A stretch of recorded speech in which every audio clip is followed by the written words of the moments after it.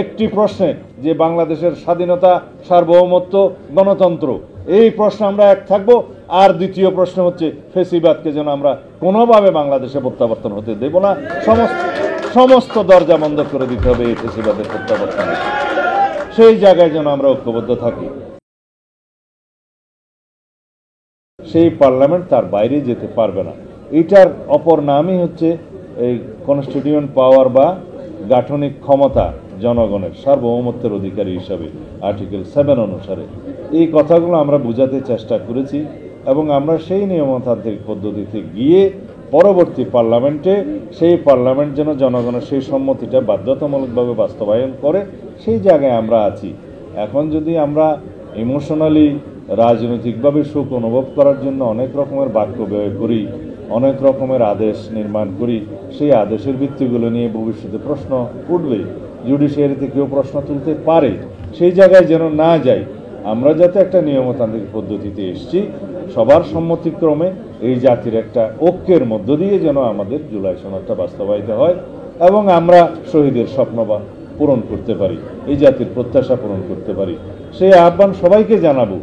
আমার ভাই যারা নতুন রাজনৈতিক দল গঠন করেছেন, এনসিপি, তাদের অনেক রকমের বক্তব্য আছে যেগুলো আমরা নিজেরাও ধারণ করি আমাদের অভ্যুত্থানের অঙ্গীকার হিসাবে, কিন্তু সেগুলোকে একটা বাস্তব রূপ দিতে হবে এবং বাস্তবের নিরিখে কথা বলতে হবে। আমরা যেন এমন কোনো প্রস্তাব না দিই যাতে করে ভবিষ্যতে সেই প্রস্তাবগুলো, সেই আদেশগুলো প্রশ্নবিদ্ধ হয়, কেউ জুডিশিয়ারের কাছে নিয়ে যেতে চায় এবং সেইগুলোর মধ্য দিয়ে যেন আমাদের এই টোটাল প্রক্রিয়াটাকে কেউ এক সময় অবৈধ বলে যেন আওয়াজ না দিতে পারে। সেই কথা আমি আজকের জন্য বলছি না, আগামী 5 বছরের জন্য বলছি না, আগামী 10 বছর পরে বা 15 বছর পরে যাতে এই প্রশ্নটা নিয়ে কেউ আদালতে না যেতে পারে, সেই রকম একটা বৃত্তি আমাদের এখনই রচনা করতে হবে।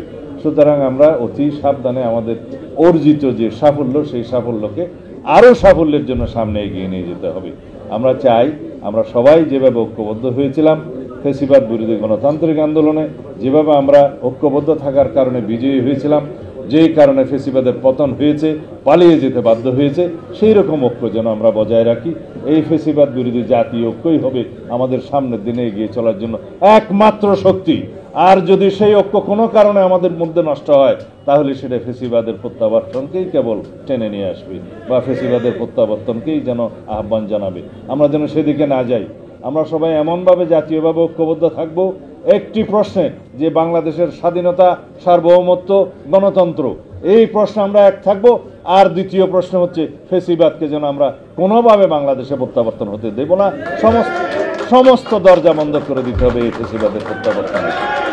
সেই জায়গায় যেন আমরা ঐক্যবদ্ধ থাকি। আমাদের ইনশাআল্লাহ আগামী দিনের সেই বাংলাদেশ, শহীদের স্বপ্নের বাংলাদেশ প্রতিষ্ঠা করব, সেই অঙ্গীকার ব্যক্ত করে আমি বিদায় নিচ্ছি। খোদা হাফেজ। বাংলাদেশ জিন্দাবাদ।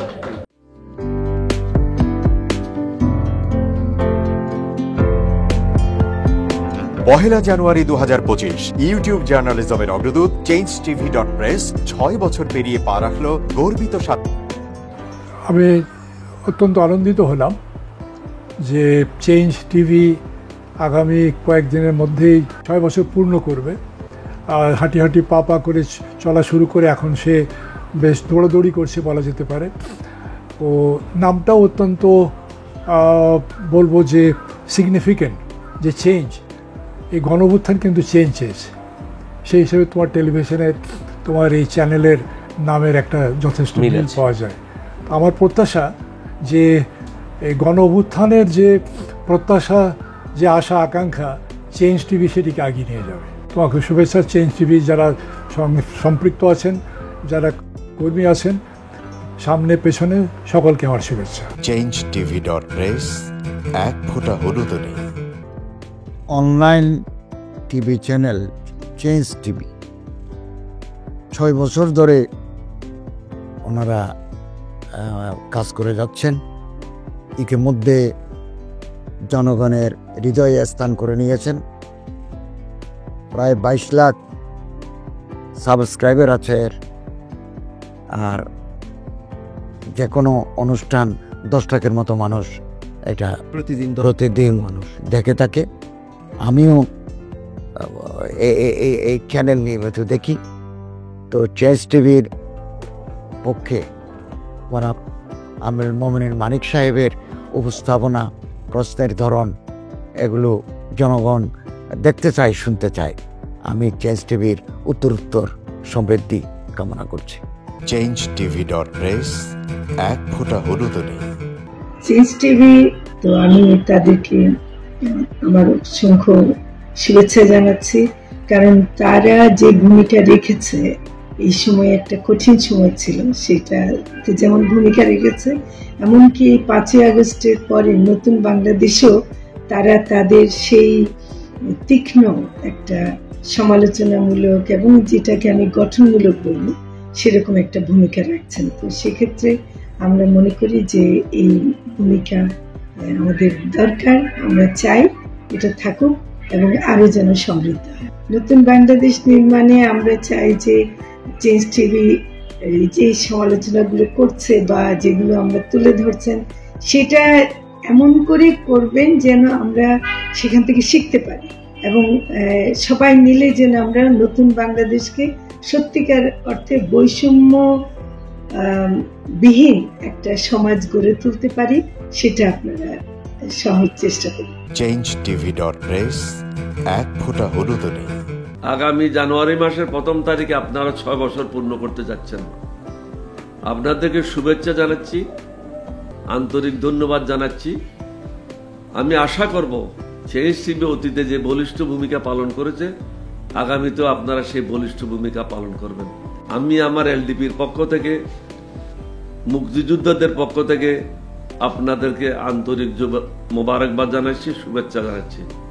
আশা করি দিন দিন আপনারা উন্নতির শিখরে এগিয়ে যাবেন। ধন্যবাদ। changetv.press, এক ফোঁটা হলুদও নেই। অতীত সরকারের আমলে 10 বছর আমি কোনো ব্যবসা করতে পারিনি। আমার ব্যবসা বন্ধ করার জন্য যত রকম দরকার সব কাজই করেছে, শুধু একটাই বাকি রেখেছে, আমি গুটিয়ে নিয়ে যাইনি। নয়া দিগন্তর মাধ্যমে যাদেরকে আমরা চেষ্টা করেছি সার্ভিস দেওয়ার জন্য, এরা আমাদের অনেকেই খোঁজ খবর রেখেছে, ব্যস্ততার জন্য হয়তো দেখা সাক্ষাৎ হয় না, কিন্তু আমি একজনকেই পেয়েছি।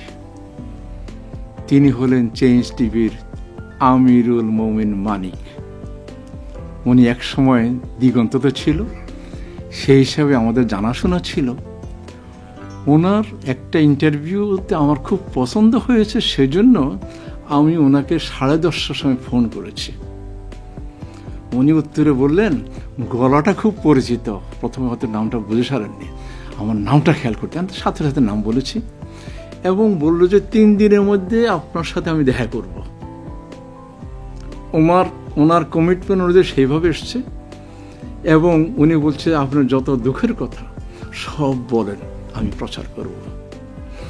আমি সত্যি সত্যি ওনার কাছে খুবই কৃতজ্ঞ। আমার মনে যেসব ক্ষোভ আছে, যেসব দানা বেঁধে আছে, আমি কিছুটা হালকা হয়েছি ওনার সাহায্যে।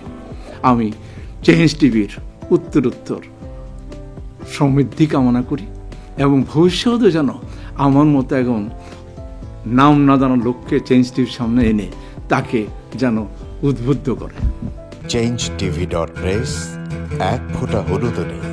চেঞ্জ টিভি গণতন্ত্র, ভোটাধিকার, আইনের শাসন এবং মুক্ত সাংবাদিকতা প্রতিষ্ঠায় দীর্ঘদিন যাবৎ কাজ করে যাচ্ছে। বাংলাদেশের মানুষের জনমত গঠনে এবং একটি সুন্দর বাংলাদেশ বিনির্মাণের লক্ষ্যে তথ্য এবং বস্তুনিষ্ঠ সংবাদ পরিবেশন করে গোটা জাতিকে তাক লাগিয়ে দিয়েছে। এক ফোঁটা হলুদও নেই এই স্লোগান নিয়ে কোনো প্রতিষ্ঠান, কোনো সংবাদপত্র এবং কোনো মিডিয়া কাজ করছে বলে আমার জানা নেই। এবং বস্তুনিষ্ঠ সংবাদই যাদের প্রেরণা, যাদের একদল বস্তুনিষ্ঠ সংবাদকর্মী নিরলসভাবে একটা সুন্দর বাংলাদেশ গড়ার জন্য ক্ষুধা, দারিদ্র্যমুক্ত, শোষণমুক্ত, ইনসাফ ভিত্তিক একটা কল্যাণ রাষ্ট্র প্রতিষ্ঠার জন্য নিরলসভাবে কাজ করে যাচ্ছে, তার নাম হচ্ছে চেঞ্জ টিভি। বাংলাদেশ লেবার পার্টির পক্ষ থেকে আমি চেঞ্জ টিভির দর্শক, শ্রোতা এবং কলাকুশলী, বিজ্ঞাপনদাতা সবাইকে জানাই আন্তরিক শুভেচ্ছা, অভিনন্দন। 6টি বছর খুব বেশি নয়, 6টি মাস বা বছর একটা শিশু বয়স থাকে। এই শিশু বয়সে চেঞ্জ টিভি যা অর্জন করেছে তা কৈশোরে গিয়ে হয়তো আরো অনেক অনেক বড় আকারে ধারণ করবে। আমি বিশ্বাস করি যে বাংলাদেশের চেঞ্জ টিভি শুধু অনলাইন ভিত্তিক নয়, এটাকে আমরা স্যাটেলাইট হিসাবে দেখতে চাই। বাংলাদেশের মানুষ এই চেঞ্জ টিভির মাধ্যমে আরেকটি স্বপ্নকে তারা বাস্তবায়নের দিকে এগিয়ে যাবে। changeTV.press, এক ফোঁটা হলুদ নেই।